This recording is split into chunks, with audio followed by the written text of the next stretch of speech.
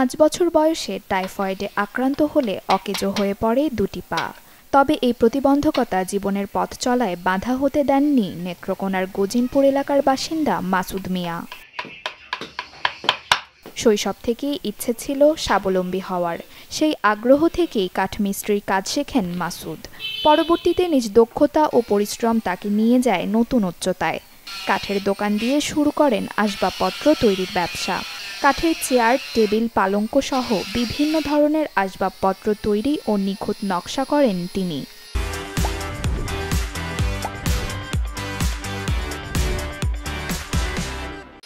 আমার মা বাবা খুবই চিন্তাধারা করতে হয় যে আমি একজন প্রতিবন্ধী সন্তান যে আমার ঘরে জন্ম দিলাম, এর উপায়টা কী হবে বা এ কীভাবে চলবে। তবু আমার মনে মনে লক্ষ্য ছিল যে আমি দেখি কোনো কর্ম করে নি বাদ পেতে পারি বা সমাজে নাকি চলতে পারি। সেই লক্ষ্যে আমি আজ কর্মশীল, আমি একজন কর্মজীবী প্রতিবন্ধী। দুই হাঁটুতে ভর করে মাসুদের এমন উদ্যমী পথ চলায় গর্বিত পরিবারের লোকজন ও এলাকাবাসী।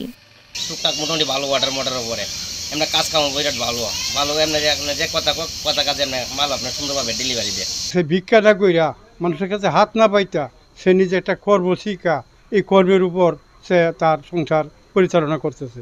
এতে আমরা এলাকাবাসী হিসাবে আমরা খুব গর্বিত, আমরা খুব আনন্দিত, আমাদের কাছে খুব ভালো লাগে। কোনোদিন কারোর কাছে সাহায্য চাই নাই, নিজে কর্ম করে খাইতেছে। পাশাপাশি আরও হেলার দোকানে আরও লোক আছে, তারা সাহায্য সহযোগিতা করতেছে।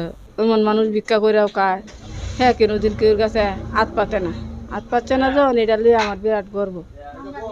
আর যেটুক কামাই করে এটুক দিয়ে আমরা চলি। তবে আর্থিক অনটনের কারণে প্রতিষ্ঠানকে বড় আকারে নিতে পারছেন না তিনি। সরকারি সহযোগিতা পেলে ব্যবসার পরিধি আরও বাড়ানোর ইচ্ছা মাসুদ মিয়ার।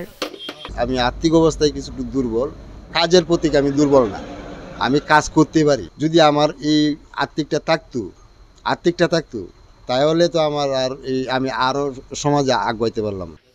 সংগ্রামী মাসুদ মিয়াকে বিনা সুদে ঋণ দেওয়ার পাশাপাশি সন্তানের পড়াশোনার ব্যয় বহন করা সহ সব ধরনের সহযোগিতার আশ্বাস সমাজসেবা কার্যালয়ের।